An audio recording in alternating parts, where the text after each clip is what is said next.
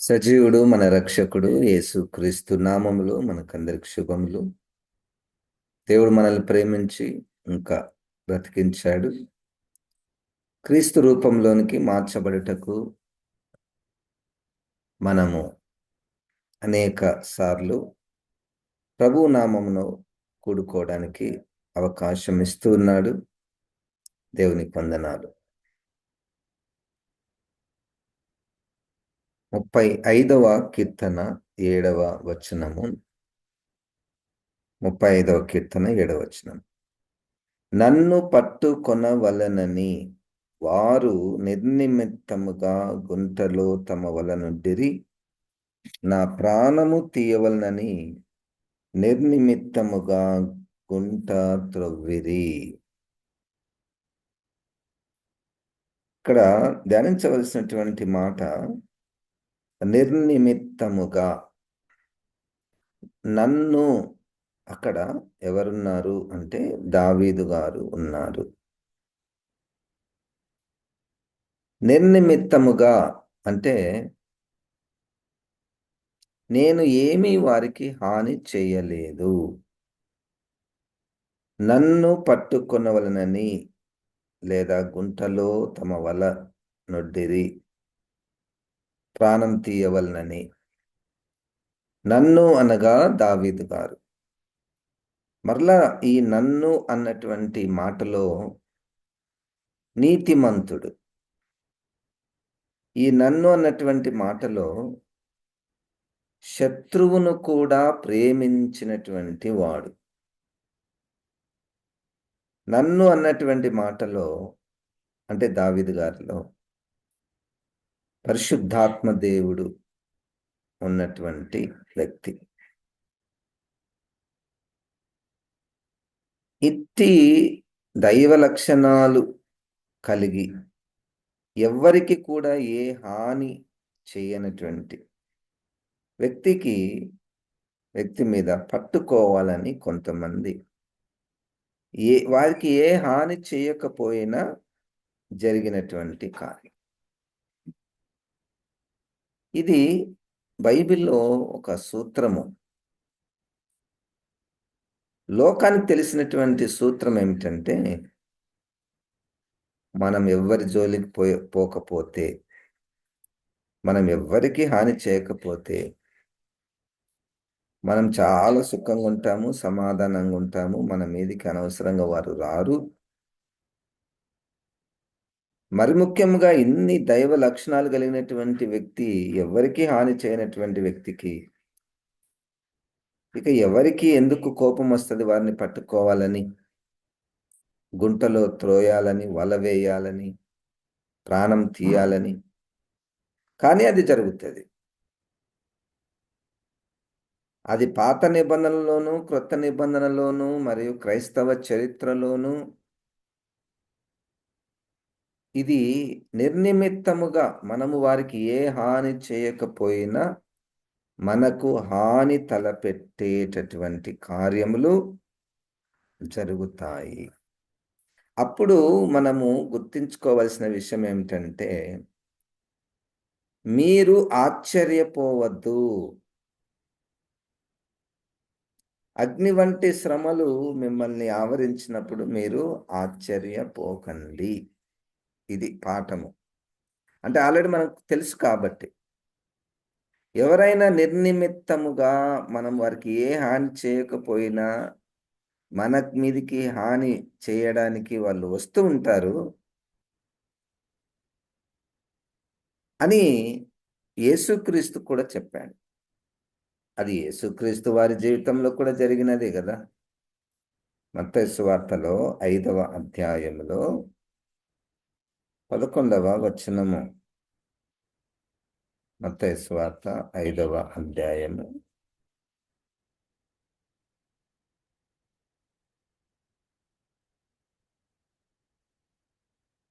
నా నిమిత్తము జనులు మిమ్మును నిందించి హింసించి మీ మీద అబద్ధముగా చెడ్డ మాటలెల్ల పలుకున్నప్పుడు మీరు ధన్యులు, సంతోషించి ఆనందించుడి, పరలోకమందు మీ ఫలము అధికమగును. ఇలాగున వారు మీకు పూర్వమందుండిన ప్రవక్తలను హింసించిరి. వారికి ఒక కారణం ఉంది. మనల్ని నిర్నిమిత్తముగా ఏ కారణం లేకుండా హింసించడేది ఒక కారణం ఏంటంటే, నా నిమిత్తము అంటే యేసుక్రీస్తుని అంగీకరించినందుకు. దావీదు గారిది కూడా అదే పరిస్థితి. తాను దేవుని వైపు ఉండి, దేవుని ద్వారా బలము పొందుకొని, దేవుని ద్వారా తలాంతులను పొందుకొని, జీవిస్తూ అనేకులకు సహాయం చేస్తూ, దేవుణ్ణి కలిగినటువంటి వ్యక్తికి శ్రమలు, నిందలు, హింసలు, అబద్ధముగా చెడ్డ మాటలు, మరి అలాగు జరిగినప్పుడు మనకేంటి లాభం? మొట్టమొదటగా ఎ అలాగు జరుగుతుంది అని వాక్యం చెప్తుంది. సో, మనము మొదటి పాఠం ఏంటంటే, నేను మంచిగా ఉంటే ఎవ్వరు కూడా నా జోలికి రారు అనేది తప్పు. వాక్యానుసారంగా. ఇంకా అప్పుడే ఎక్కువ ప్రమాదము. ఎందుకంటే, చీకటి రాజ్యము బలముగా కట్టబడుచున్నది. ఈ వెలుగు రాజ్యంలో చాలా తక్కువ మందున్నారు. శేషం మాత్రమే మిగిలుంది.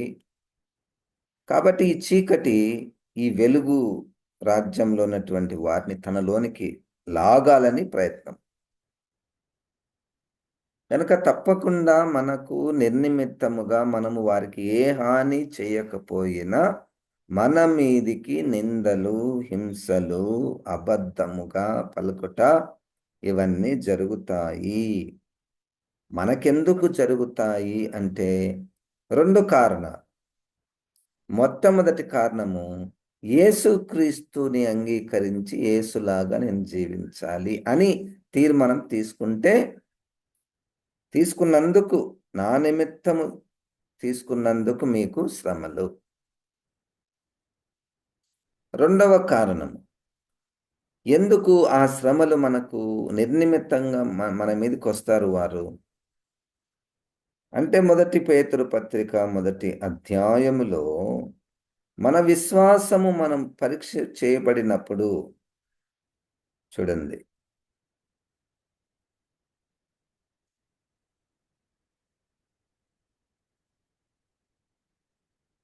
ఆరో వచనము 5 నుండి చదువుతాను. మొదటి అధ్యాయము మొదటి పేతురు. కడవరి కాలమందు బయలుపరచబడుటకు సిద్ధముగానున్న రక్షణ మీకు కలుగునట్లు విశ్వాసము ద్వారా దేవుని శక్తి చేత కాపాడబడి మీ కొరకు ఆ స్వాస్థ్యము పరలోకమందు భద్రపరచబడినది. ఇందువలన మీరు మిక్కిలి ఆనందించుచున్నారు. గాని అవసరమును బట్టి నానా విధములైన శోధనల చేత ప్రస్తుతమున కొంచెము కాలము మీకు దుఃఖము కలుగుచున్నది. నశించిపోవు సువర్ణము అగ్ని పరీక్ష వలన శుద్ధపరచబడుచున్నది కదా. దానికంటే అమూల్యమైన మీ విశ్వాసము ఈ శోధనల చేత పరీక్షకు నిలిచినదై యేసుక్రీస్తు ప్రత్యక్షమైనప్పుడు మీకు మెప్పును, మహిమయు, ఘనతయు కలుగుటకు కారణమగును. యేసుక్రీస్తు ప్రత్యక్షమైనప్పుడు అనగా వచ్చినప్పుడు మనకు మెప్పు, మహిమ, ఘనత కలగడానికి ఈ శ్రమలు, ఈ పరీక్షలు కారణము అవుతాయి. ఈరోజు మనము ఒక పాయింట్‌ను ధ్యానం చేస్తున్నాము. నిర్నిమిత్తముగా మన మీద మనకు హాని తలపెట్టుట. నిర్నిమిత్తముగా. అట్లా చేయడానికి కారణము మొదటిది యేసు నిమిత్తము. మనం యేసు వారమే గదా! మన ఐడెంటిటీ యేసు వారమే గదా! యేసును అంగీకరించిన వారమే కదా! యేసును శిరస్సుగా కలిగినటువంటి సంఘమే గదా! క్రైస్తవునిగా, క్రైస్తవురాలుగా పిలువబడుతున్నాం కదా! అయితే నిర్నిమిత్తముగా కొంతమంది మనకు హాని తలపెడతారు. మొదటిది. రెండవది, ఆ విధముగా చేస్తే మనకేంటి లాభము? మత్తయి సువార్తల 5వ అధ్యాయంలో ఏం రాశారు? ధన్యత. మీరు ధన్యులు. ఏం ధన్యులు? ఏం లాభము? ఇక్కడైతే మొదటి పేతురు పత్రిక 1వ అధ్యాయములో అక్కడ ఒక మంచి మాట ఉంది. ఈ శోధనల చేత పరీక్షకు నిలిచినదై, ఈ పదము అంటే నిర్నిమిత్తముగా ఎవరైనా మన మీదకి వచ్చినప్పుడు మన విశ్వాసము గట్టిగా నిలిచినదై, అంటే మరలా ఎదురు పంటికి పన్ను కంటికి కన్ను అని కాకుండా ఆ పరీక్షకు నిలబడినదై, ఓర్చుకునినదై, దీర్ఘశాంతం కలిగినదై, యేసుక్రీస్తు నన్ను చూస్తున్నాడు, నాకు మెప్పు కలుగుతుంది, నేను మౌనంగా ఉంటాను, వారు చేసినట్టు నేను చేయకూడదు, వారు హాని చేసినట్టు నేను చేయకూడదు. ప్రపంచ సూత్రం ఏమిటంటే, వాడు హాని చేస్తే నేను హాని చేయడంలో ఏం తప్పు లేదు అన్నట్టు. అది ప్రపంచ సూత్రం. అవతల వ్యక్తి నాకు హాని చేస్తే, అవును మనం గట్టిగా వాదిస్తాం. నన్నెందుకు వాళ్ళు తిట్టారు? అందుకని నేను తిట్టాను. నాకెందుకు వారు హాని చేశారు? అందుకని నేను హాని చేశాను. ఇక్కడ మనము ఎంత బలంగా వాదిస్తామంటే, మొట్టమొదట ఎవరు సమస్య సృష్టించారు నా ఎడల? నేనా? నేను మంచిగా ఉన్నదాన్ని అనవసరంగా వారు నా మీదకొచ్చారు, కాబట్టి నేను కూడా ఇట్లా చేయాల్సి వచ్చిందంటే వినడానికి అందరికి సబబే. కానీ ఇక్కడ క్రైస్తవులకు ఇంకొక పెద్ద సూత్రము. వారు హాని తలపెడతారు, తలపెట్టినా గాని మేము నిలబడి ఉంటాము. ఆ పరీక్షకు ఓర్చుకొని ఉంటాము.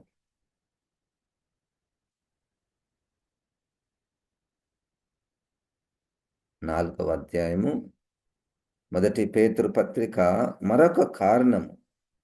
ఇట్లా పరీక్షలకు నిర్నిమిత్తముగా మనల్ని వారు హింసించినప్పుడు మనకు కలిగే లాభములో క్రీస్తు శరీరమందు శ్రమపడెను గనుక, 2వ అధ్యాయం 1వ వచనం. క్రీస్తు శరీరమందు శ్రమపడిన గనుక మీరును అట్టి మనస్సును ఆయుధముగా ధరించుకొనుడి.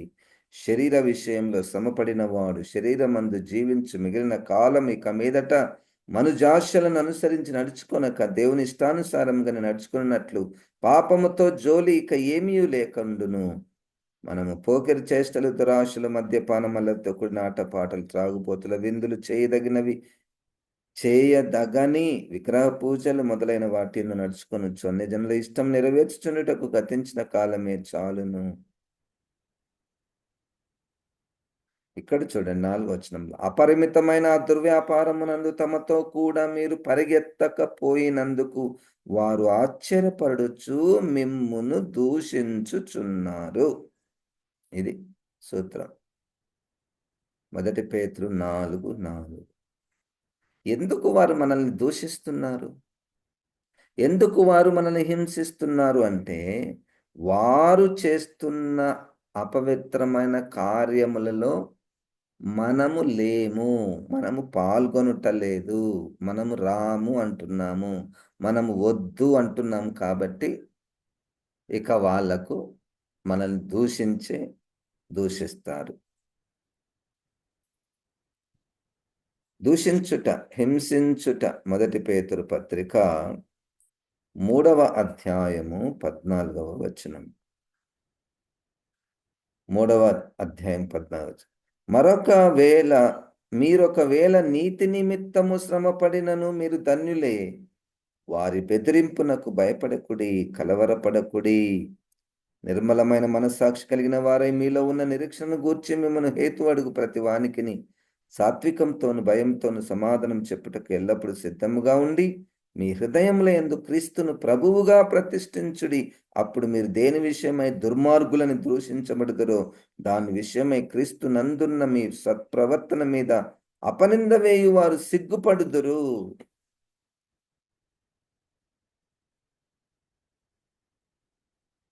మనలో సూత్రము, ఇంకొక సూత్రం ఏంటంటే, అట్లా ఎవరైనా దూషిస్తే, హింసిస్తే,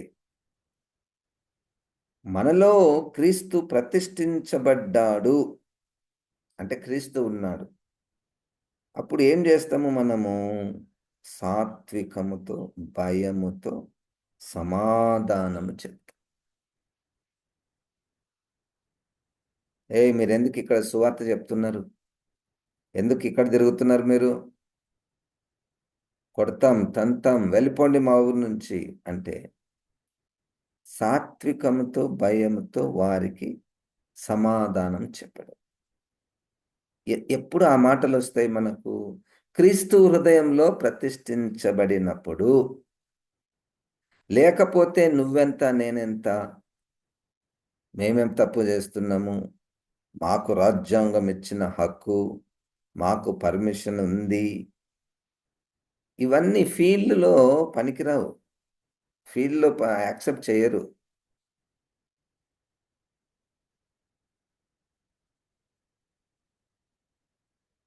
సాత్వికంతో సమాధానముతో, సాత్వికంతో సమాధాన హృదయంతో, క్రీస్తు మనలో ఉన్నాడు అన్న జ్ఞానంతో వారికి మనము జవాబు ఇవ్వవలెను.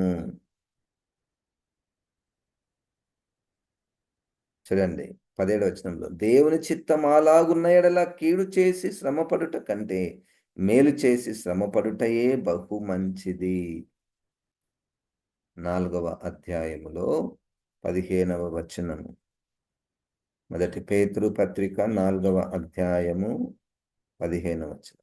మీలో ఎవడును నరహంతకుడుగా గాని, దొంగగా గాని, దుర్మార్గుడుగా గాని, పరుల జోలికి పోవువాడుగా గాని బాధ అనుభవింపతగదు. మీలో అంటే పేతురు గారి ద్వారా క్రైస్తవులు అనబడినటువంటి వారికి దేవుడు రాస్తున్నటువంటి మాట. ఇప్పుడు మీలో అంటే క్రైస్తవులలో ఎవడనూ నరహంతకుడుగా గాని, దొంగగా గాని, దుర్మార్గుడుగా గాని, పరుల జోలికి పోవువాడుగా గాని బాధ అనుభవింపతగదు. ఒక క్రైస్తవుడు త్రాగుడుకు అలవాటు పడి యాక్సిడెంట్ అయి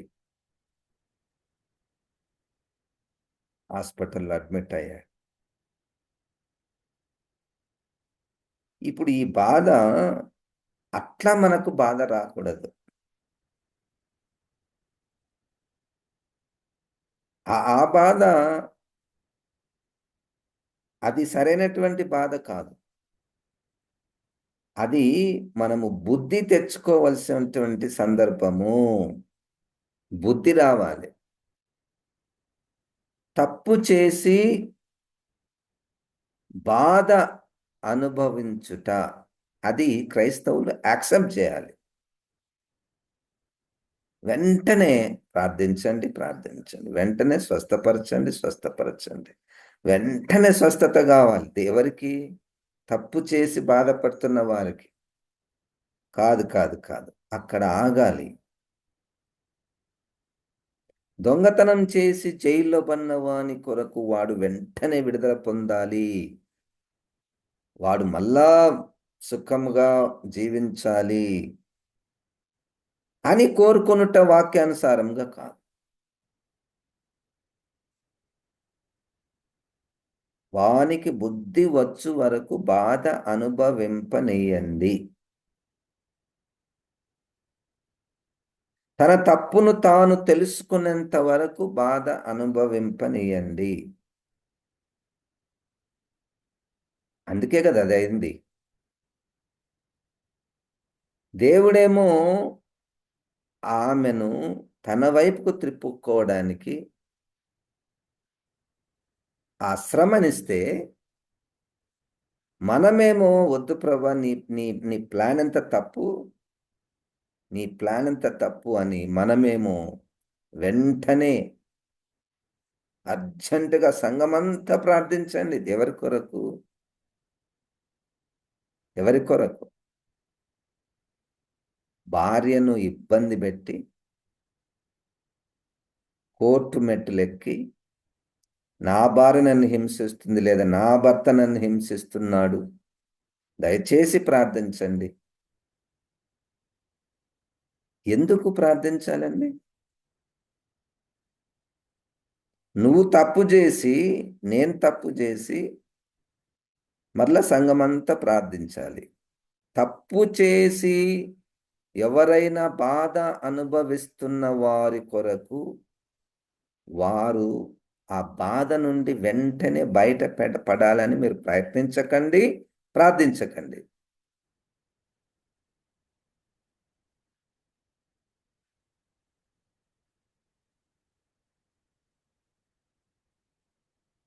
పదహారవచ్చు 4:16 మొదటి పేతురు పత్రిక.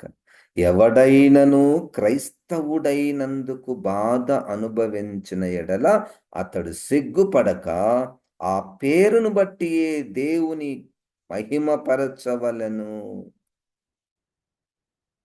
ఇప్పుడు ఇంకొక బాధ వచ్చింది. ఎందుకు వచ్చింది? నా నిమిత్తము. నంబర్ 1. రెండోది, నేను క్రైస్తవుడైనందుకు బాధ అనుభవిస్తే దేవునిని మహిమపరచవలెను. దేవునికి స్తోత్రం. ఇది వినడానికి బాగానే ఉంటాయి, కానీ మన జీవితంలో జరిగినప్పుడు పరిశుద్ధాత్మ దేవుడు క్రీస్తులో మన హృదయంలో ప్రతిష్ఠించబడితే నిజముగా దేవుని మహిమపరుస్తాం. నన్ను అవమానపరిచారు, దేనికి? క్రైస్తవుడైనందుకు, క్రైస్తవ విలువలు కలిగినందుకు, క్రీస్తులాగా జీవించుటకు ప్రయత్నం చేసినప్పుడు నిర్నిమిత్తముగా వారు నన్ను హింసించారు, అవమానపరిచారు. నిర్నిమిత్తముగా నేనేమి వారికి హాని చేయలేదు, అయినా వారు నాకు ఎదురుగా వచ్చారు. దేవునికి స్తోత్రం. హల్లెలూయా. నా విశ్వాసము పెరుగుతుంది, అది లాభం. క్రీస్తు నిమిత్తము శ్రమలు వచ్చినప్పుడు, తట్టుకున్నప్పుడు, నిలిచినప్పుడు, దీర్ఘశాంతం కలిగి ఉన్నప్పుడు మన విశ్వాసము నిలబడుతుంది. ఈ చిన్న వాటికే మనము కదిలిపోతే రాబోయే దినములలో భయంకరమైనటువంటి శ్రమలు కదా, దానికేం తట్టుకుంటాం? కానీ దాంట్లో ఇంకొక గుడ్ న్యూస్ కూడా మనకుంది. ఎవరికి 10వ అధ్యాయము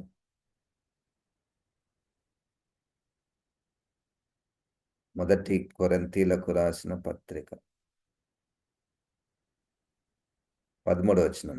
సాధారణంగా మనుషులకు కలుగు శోధన తప్ప మరి ఏదియు మీకు సంభవింపలేదు. దేవుడు నమ్మదగిన వాడు, మీరు సహింపగలిగినంత కంటే ఎక్కువగా ఆయన మిమ్మల్ని శోధింపబడనీయడు. అంతేకాదు, సహింపగలుగుటకు ఆయన శోధనతో కూడా తప్పించుకొని మార్గమును కలుగచేయును. ఇక నాకు నచ్చిన మాట ఏంటంటే, సహింపగలుగుటకు, ఓర్చుకొనుటకు ఆయన మార్గాన్ని ఇస్తాడు. నిర్నిమిత్తముగా మన మీదికి హాని చేయడానికి వస్తారు, రకరకాల కారణాలతో వస్తారు. రకరకాల కారణాలు. వాళ్ళకున్న కారణం ఏంటంటే,